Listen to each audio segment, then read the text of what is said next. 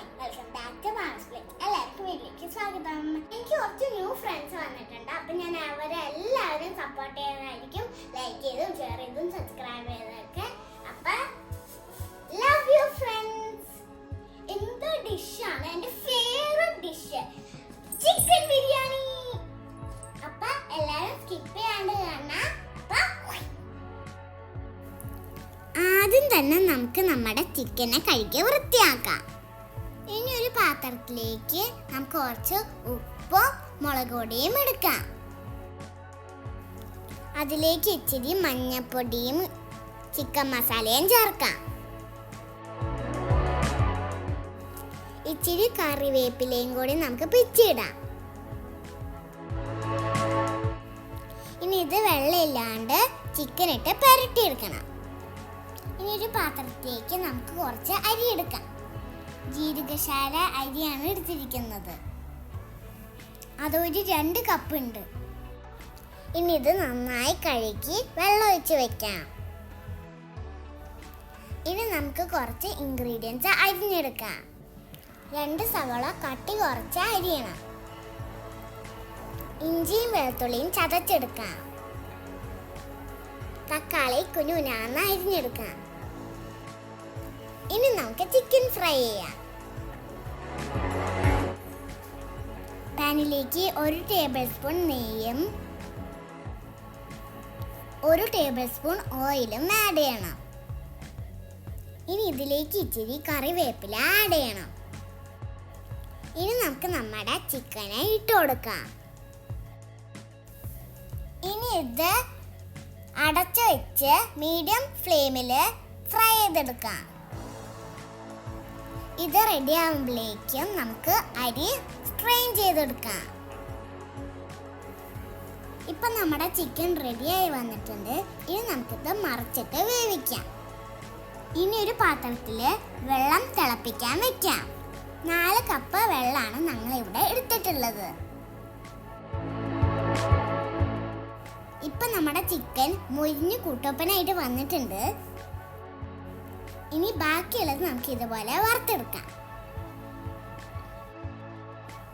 ഇപ്പം നമ്മുടെ വെള്ളം നന്നായിട്ട് തിളച്ച് വന്നിട്ടുണ്ട്. ഇനി നമുക്കിത് സ്റ്റവ് ഓഫ് ചെയ്യാം. ചിക്കൻ വറുത്ത പാത്രത്തിലേക്ക് അരിഞ്ഞു വെച്ചിരിക്കുന്ന സവോളയും ആവശ്യത്തിന് ഉപ്പും ഇട്ട് നന്നായി വഴറ്റിയെടുക്കണം.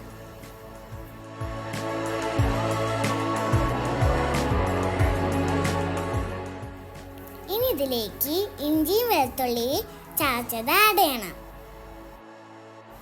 ഇനി ഇത് നന്നായി റെഡിയായി വരട്ടെ.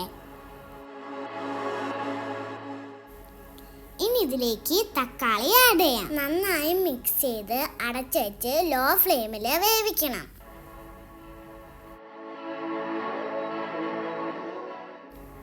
ഇനി നമുക്ക് ചോറ് റെഡിയാക്കി എടുക്കാം.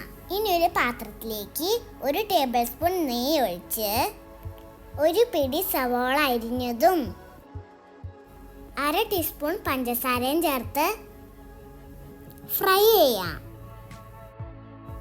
ഇനി ഇതിലേക്ക് കുറച്ച് നട്ട്സും കിസ്മിസും ക്യാരറ്റും ചേർക്കാം.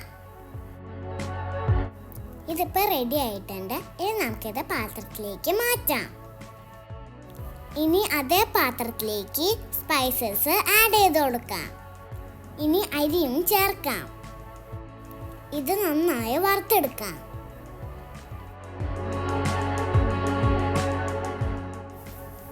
അരി റെഡി ആയിട്ടുണ്ട്. ഇനി ഇതിലേക്ക് തിളപ്പിച്ച വെള്ളം ചേർക്കാം. ആവശ്യത്തിന് ഉപ്പും ലെമൺ ജ്യൂസും ചേർക്കാം. ഇനി ഇത് അടച്ചു വെച്ച് ലോ ഫ്ലെയിമിൽ കുക്ക് ചെയ്യാം. ഇപ്പം നമ്മുടെ സവാളയും തക്കാളിയും റെഡിയായി വന്നിട്ടുണ്ട്. ഇനി ഇതിലേക്ക് ഇച്ചിരി ചിക്കൻ മസാല, കാശ്മീരി ചില്ലി, കുരുമുളക് പൊടിയും ആഡ് ചെയ്യണം. നന്നായി മിക്സ് ചെയ്ത് ചിക്കൻ ഇട്ട് കൊടുക്കാം. ഇനി ഇതിലേക്ക് 2 ടേബിൾ സ്പൂൺ തൈരും കൂടി ആഡ് ചെയ്യാം. നന്നായി മിക്സ് ചെയ്ത് 1 മിനിറ്റും കൂടി അടച്ചു വയ്ക്കാം. ഇവിടെ ചോറ് റെഡി ആയിട്ടുണ്ട്.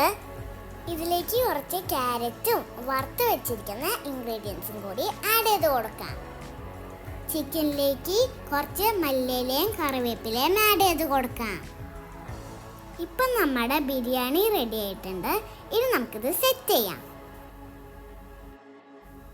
അപ്പം എല്ലാവരും ഇത് ട്രൈ ചെയ്ത് നോക്കാം. ബൈ.